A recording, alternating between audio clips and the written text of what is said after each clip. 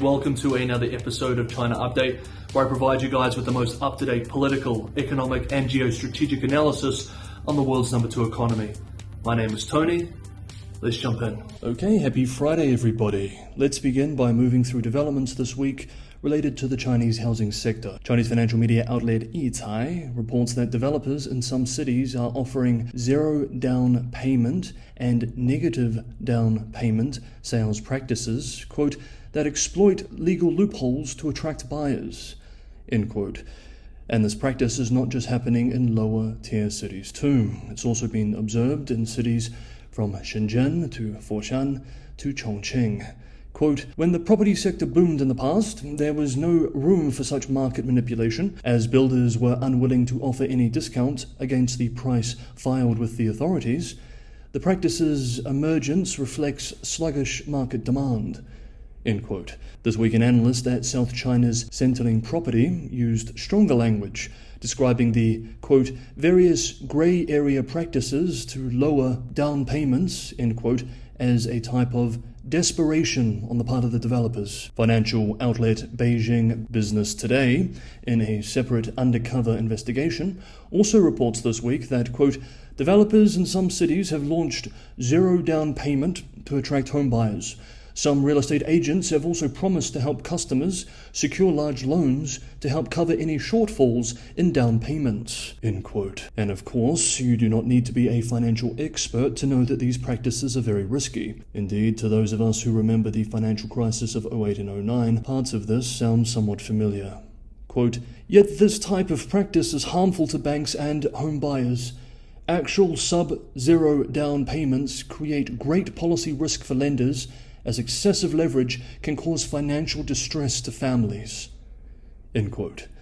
There are other eye-raising promotions too. For example, recently a real estate development in Hangzhou, provincial capital of Zhejiang, launched a buy a house, get gold promotion event. Unlike previous promotions, writes local media, quote, where dozens or hundreds of grams of gold were given, this real estate development can give away up to 1,000 kilograms of physical gold, end quote. Because in many localities, developers are not permitted to sell prices lower than those registered with authorities, who themselves have been given marching orders from Beijing not to allow property prices to fall, developers have turned to these sort of alternative promotions in order to see a de facto decrease in the price by swapping a commodity at a fixed price for a property at the official sales price. Meanwhile, on Wednesday, in a special commentary in state-run Economic Daily, the State Council-backed financial outlet warned that investors should not expect extra short-term stimulus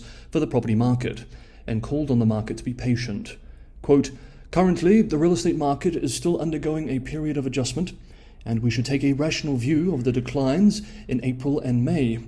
We should show more patience and confidence in the stabilization and recovery of the property market, as well as its continued stable and healthy development, end quote.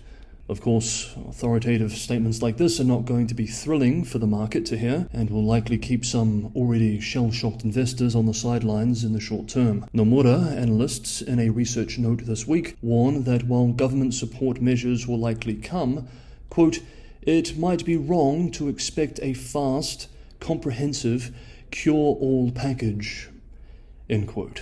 The research note also published fresh calculations which showed that in May, developers only sold around a third of the floor space that they did in May 2021.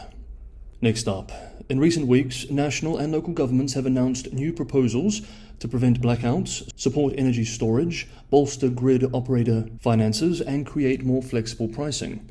According to Hong Kong-based BOCI Research Limited, quote, the payoff could be a more efficient power system that can absorb a bigger share of clean energy, end quote. As we have seen in recent years, energy security generally has become a national security priority for Beijing. Electricity production specifically is also of deep concern. Surging seasonal demand is often met with coal-generated power, with all its negative environmental impacts. We have also seen how summer heat waves in the south of the country can devastate hydropower generation in these regions.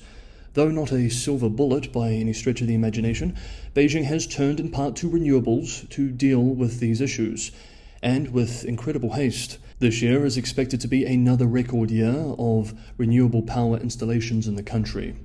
But these renewable policy goals will not come cheap. Bloomberg NEF estimates, for example, that spending will need to average $135 billion a year through 2050 in order to reach just net zero emissions by that time. Power grid investment alone will cost almost $4 trillion by 2050. Next up, the US, Japan, Taiwan, and the new great game. Hey guys, if you enjoyed today's episode of China Update, don't forget to hit that like button. Sharing and subscribing is a huge help as well.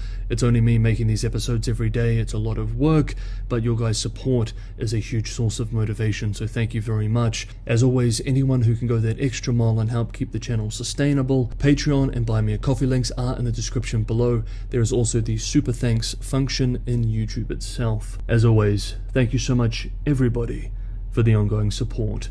In an exclusive report published by UK-based Financial Times today, citing 4 unnamed sources, the United States, Taiwan and Japan are to share real-time data from naval reconnaissance drones, quote, demonstrating Washington's push to strengthen coordination in the event of a Chinese attack on Taiwan, end quote. The outlet reports that US defense contractor General Atomics is due to deliver 4 MQ-9B Sea Guardian drones to Taipei beginning in 2025. The maritime variant of the Reaper drone can find, track, and target enemy ships and radars, which would be, quote, critical in a war over Taiwan, a scenario in which Chinese surface warships and submarines would operate around the island, end quote.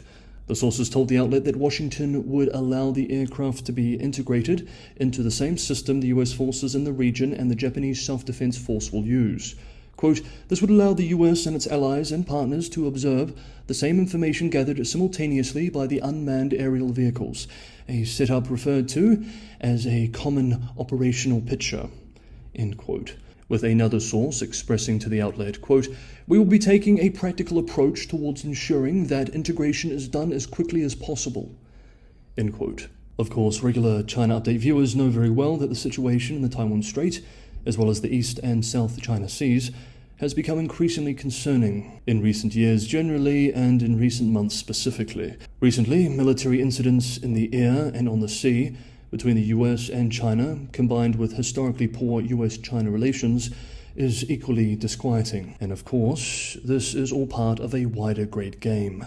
On the other side of the Pacific, US-based financial media outlet The Wall Street Journal reports that US intelligence sources have leaked that, quote, China and Cuba have reached a secret agreement for China to establish an eavesdropping facility on the island, end quote.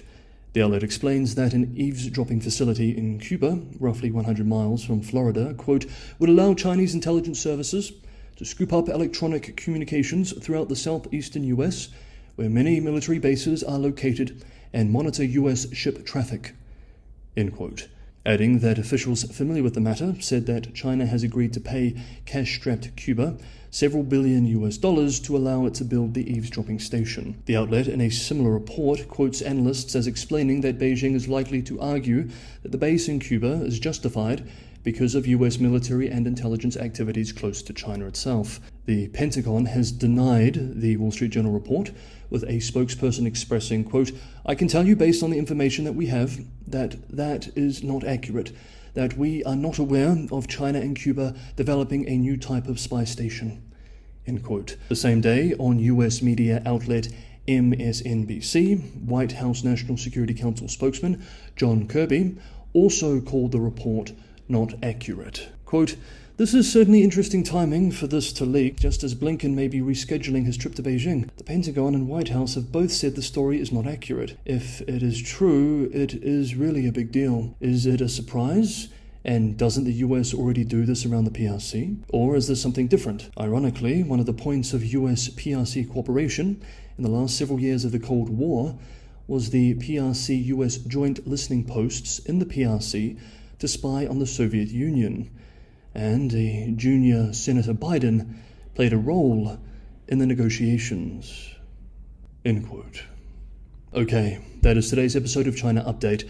Thank you so much, everybody, for watching. Have a wonderful Friday, a lovely weekend, and I will see you all tomorrow.